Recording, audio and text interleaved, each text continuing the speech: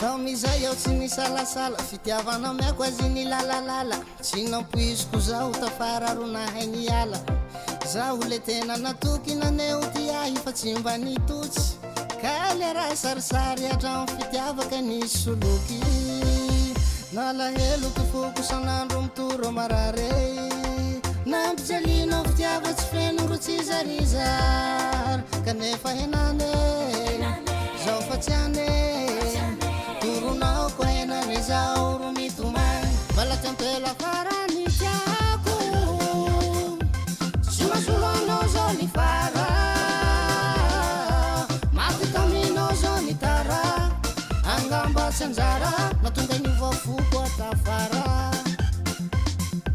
yatokoaky farany tiako tsy nazakanao zao ny mamy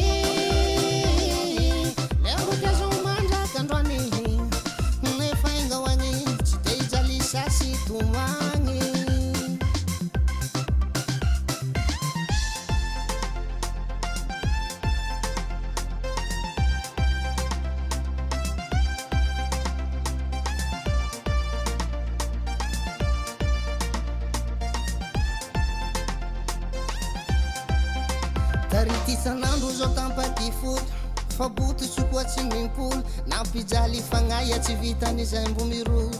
isaiko amizao fa milamy zay avo igny vodona bakagny taloha igny fa tsy henany satria kilaray aby misy fiovane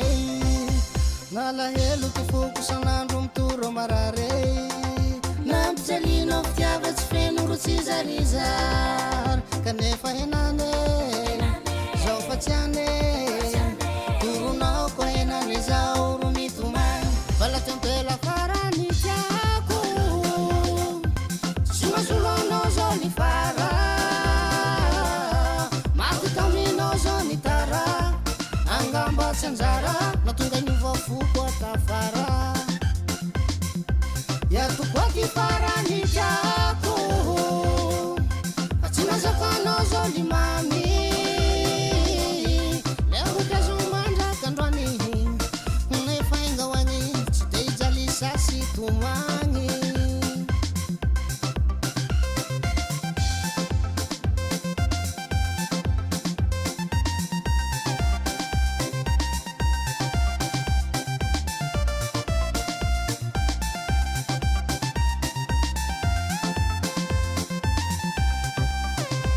nalahelo ty foko sanandro mitoro marare nampijalinao fitiava tsy feno ro tsy zariza kanefa henane zaho fa tsy agny toronao koa zaho mitomagny valaky ampela farany tiako solasoloanao zao ny fara